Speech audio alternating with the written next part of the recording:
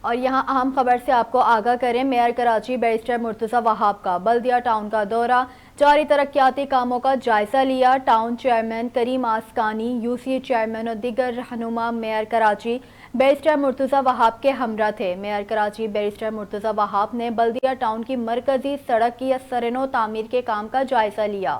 بلدیہ ٹاؤن میں سیوریج کے کام کا بھی معائنہ کیا گیا۔ علاقہ مکینوں نے کے ایم سی کے تحت ترقیاتی کاموں کو سراہا۔